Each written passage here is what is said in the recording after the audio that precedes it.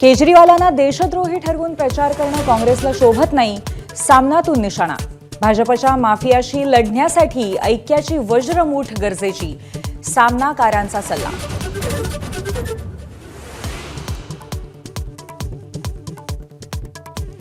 अधिसूचना रद्द केलेल्या शक्तीपीठ हायवेसाठी पुन्हा हालचाली, शेतकऱ्यांचा विरोध असलेली ठिकाणं वगळून प्रकल्प पुढे रेटण्याचा प्रयत्न।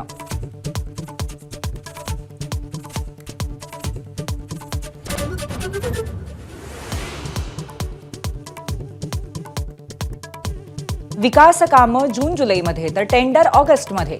नागपूरच्या झेडपीच्या कार्यतत्परतेचा अजब नमुना, सीईओ कडून भ्रष्ट अधिकाऱ्याची पाठराखण।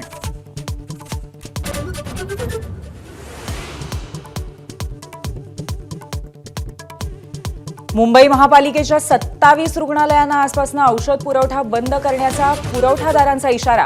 120 कोटींची थकबाकी असल्यामुळे पुरवठादारांचा निर्णय।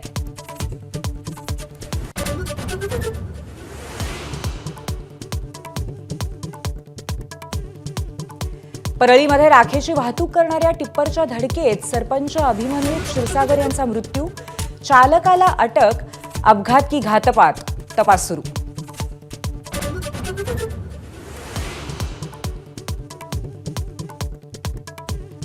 संतोष देशमुखांचा भाऊ धनंजय आज मस्साजोगमध्ये टॉवरवर चढून आंदोलन करणार। वाल्मिक कराडला हत्येच्या गुन्ह्यात आरोपी करण्याची मागणी।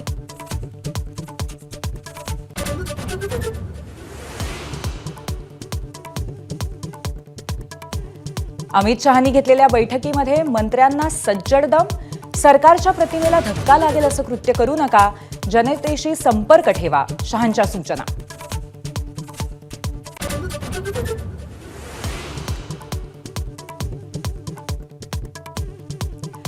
नाशिकच्या द्वारका परिसरात लोखंडी सळ्यांनी भरलेल्या ट्रकला पिकअपची धडक, अपघातामध्ये 8 जणांचा मृत्यू।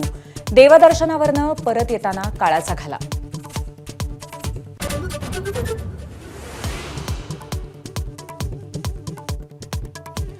रत्नागिरीमध्ये शेनाळे घाटात बस 15 ते 20 फूट दरीत कोसळली।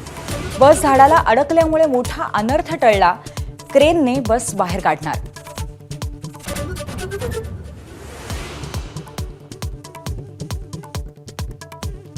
मुंबई पोलिसांकडनं बनावट नोटा छापणाऱ्या आणि विकणाऱ्या टोळीचा पर्दाफाश, 4 अटकेत। 500 आणि 200 रुपयांच्या बनावट नोटा जप्त।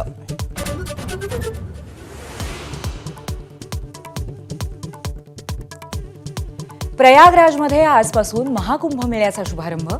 पौष पौर्णिमेला पहिल्या स्नानासह सुरुवात, तर उद्या पहिलं शाही स्नान।